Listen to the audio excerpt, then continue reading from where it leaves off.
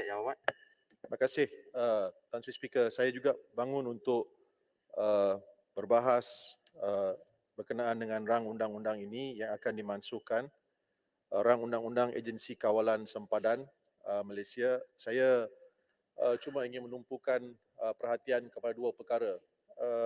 Saya ingin tanya kepada Timbalan Menteri, apakah dengan pemansuhan Agensi Kawalan Sempadan Malaysia ataupun AKSIM, kita dapat memastikan bahawa aktiviti penyeludupan sama ada produk ataupun migran ataupun aktiviti-aktiviti penyeludupan senjata api dan macam-macam aktiviti yang menyalahi undang-undang di sempadan negara kita akan kita dapat kawal, akan kita dapat pastikan tidak akan berlaku.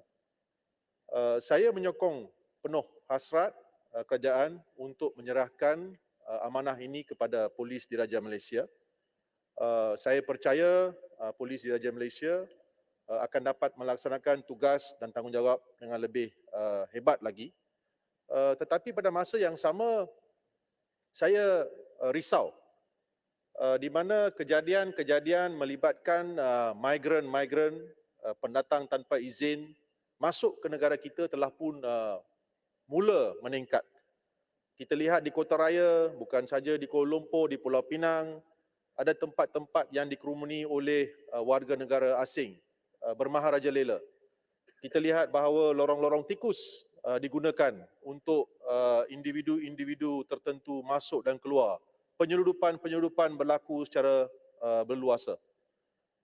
Saya di sini ingin tanya, pertamanya, dengan undang-undang ini dimansuhkan, sama ada pasukan Diraja Malaysia akan dapat memastikan bahawa tindakan-tindakan penyeludupan ini akan berkurangan. Dan apakah langkah-langkah yang akan diambil oleh kerajaan untuk memastikan kita pertingkatkan lagi pengawasan di sempadan negara kita. Saya gunakan perbandingan. Ada satu laporan yang telah pun dilaporkan berkenaan dengan kejadian seorang warga negara Bangladesh, saya difahamkan, yang cuba menyeberangi selat daripada Johor ke Singapura. Tak sampai beliau lebih kurang 500 meter ataupun 1 kilometer sebelum sempadan pesisiran pantai Singapura, pihak berkuasa daripada Singapura telah memantau aktiviti beliau, tindakan beliau yang cuba menyeberangi selat daripada Johor Bahru ke Singapura dan telah terus datang untuk melakukan tangkapan ke atas beliau. Ini merupakan sesuatu yang sangat saya rasa dikagumi dan perlu juga dilaksanakan di sempadan, di seluruh sempadan di Malaysia, di Sabah dan di Sarawak. Saya membangkitkan perkara ini kerana kita lihat, saya ingin menumpukan perhatian kepada isu bukan saja kemasukan migran, tetapi kepada orang-orang tertentu di Malaysia yang saya difahamkan dapat keluar dan masuk tanpa dikesan oleh pihak immigration menggunakan lorong-lorong tikus. Of course, saya di sini menggunakan forum ini untuk bertanya kepada Timbalan Menteri. Saya kurang pasti sama ada Timbalan Menteri boleh memberi penjelasan. Baru-baru ini kita juga telah dikejutkan dengan berita bahawa seorang penjenayah yang dikehendaki negara kita, Jolo, telah mula berurusan dengan peguam negara kita untuk berbincang tentang penyelesaian pembayaran wang dengan Kerajaan Perikatan Nasional untuk beliau kembali ke tanah air dan menyelesaikan kes 1MDB. Persoalannya, walaupun dulu kita mengesyaki beliau telah mendapat mungkin restu ketika itu mungkin Perdana Menteri Yang Berhormat Pekan untuk keluar daripada negara ini menggunakan lorong-lorong tikus. Adakah perkara ini sesuatu yang tidak akan berlaku? Maklumlah, Yang Berhormat mengetahui bahawa ada ramai daripada Yang berhormat di sebelah sana sedang menghadapi pertuduhan yang begitu serius. So kalaulah katakan ada yang hilang, malam esok kita dapat mengesan, tiba-tiba Yang Berhormat Pekan hilang, tiba-tiba Yang Berhormat Bagan Datuk hilang.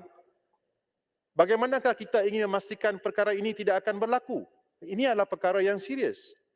So saya di sini memohon penjelasan bagaimanakah kerajaan sekarang ingin memastikan bahawa sempadan-sempadan negara Malaysia, tahap keselamatannya dipastikan sentiasa diawasi dan sentiasa diberi perhatian supaya penyeludupan migran masuk, penyeludupan rokok, senjata api, dadah.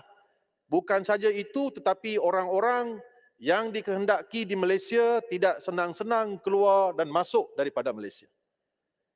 Saya juga ingin mencadangkan berkenaan dengan cadangan jawatan kuasa penyelarasan kawalan sempadan negara supaya pengerusinya adalah Duli Yang Maha Mulia yang di-Pertuan Agong, supaya beliau, Tuanku, dapat memantau langkah-langkah yang diambil di sempadan.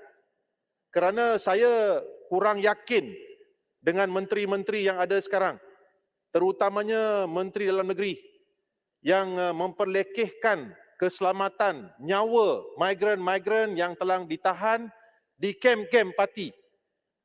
Baru-baru ini Menteri Dalam Negeri bila dibangkitkan isu tentang kematian yang berlaku di kem-kem parti, beliau telah perlekehkan kejadian-kejadian tersebut, di mana beliau mengatakan bahawa anyone can die anywhere.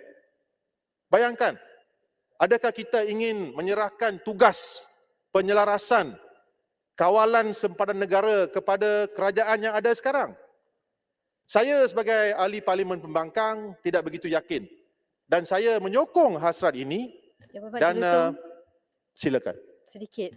Setujukah Yang Berhormat Jelutong sekiranya Kementerian Dalam Negeri membenarkan jawatankuasa khas Parlimen sama ada hal ehwal antarabangsa kerana ia melibatkan warga-warga dari luar negara, dan juga jawatankuasa khas hal ehwal mengenai hak asasi untuk melawat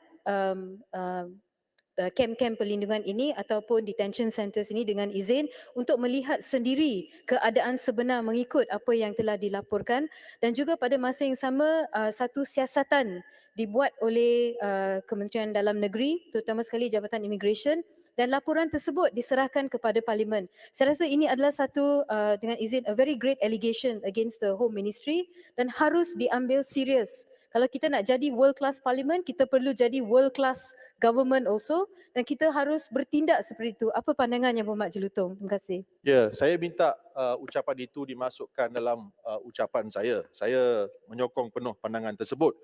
Pada masa yang sama, saya ingin menggunakan kesempatan ini, Tan Sri Speaker, untuk bertanya apakah yang berlaku kepada laporan Suruhanjaya Siasatan Diraja berkenaan dengan kejadian di Wang Kelian. Kejadian di Wang Kelian adalah sesuatu yang masih lagi menghantui kita. Adakah Timbalan Menteri masih lagi ingat kubur-kubur yang telah kita jumpai di sempadan itu? Siapakah mereka-mereka yang telah meninggal? Kubur-kubur itu adalah kepunyaan siapa? Apakah laporan yang telah pun disediakan oleh Suruhanjaya Siasatan Diraja? Kenapa tidak sehingga hari ini perkara itu disediakan sebagai laporan dan diletakkan di meja kita? Siapakah pihak-pihak yang terlibat? Siapakah menteri-menteri yang terlibat? Siapakah anggota-anggota atasan yang terlibat dalam perkara tersebut? Dan apakah langkah-langkah yang telah diambil di sempadan-sempadan yang terlibat untuk memastikan bahawa perkara-perkara itu tidak berlaku lagi? Apakah langkah-langkah seperti adakah tembok-tembok baru telah didirikan? Pagar-pagar baru telah didirikan? Checkpost baru telah didirikan, anggota-anggota baru yang telah pun dikerahkan ke tempat-tempat tersebut untuk memastikan bahawa perkara ini tidak berlaku. So ini adalah di antara persoalan-persoalan yang ingin saya bangkitkan. Saya tidak mahu Timbalan Menteri tersinggung dengan isu Jolo. Tolong faham Timbalan Menteri. Sekarang di luar sana rakyat sedang tanya. Saya percaya Timbalan Menteri tahu kejadian seorang wanita Suhaini Muhammad 43 tahun yang telah dipenjarakan sebab mencuri Milo di Terengganu. Penjara selama 14 bulan. Walhal pada masa yang sama, seorang yang dikendaki seperti Joe Low dibenarkan untuk meloloskan diri daripada negara dan membincangkan penyelesaian skandal 1MDB. What kind of justice is this? So saya minta Timbalan Menteri untuk memberi penjelasan di atas perkara-perkara yang telah saya bangkitkan. Terima kasih.